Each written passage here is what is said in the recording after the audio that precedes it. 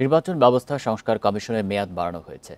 আজ বৃহস্পতিবার রাষ্ট্রপতির আদেশক্রমে মন্ত্রিপরিষদ বিভাগের সচিব ডক্টর শেখ আব্দুর রশিদ স্বাক্ষরিত এই সংক্রান্ত প্রজ্ঞাপন জারি করা হয়।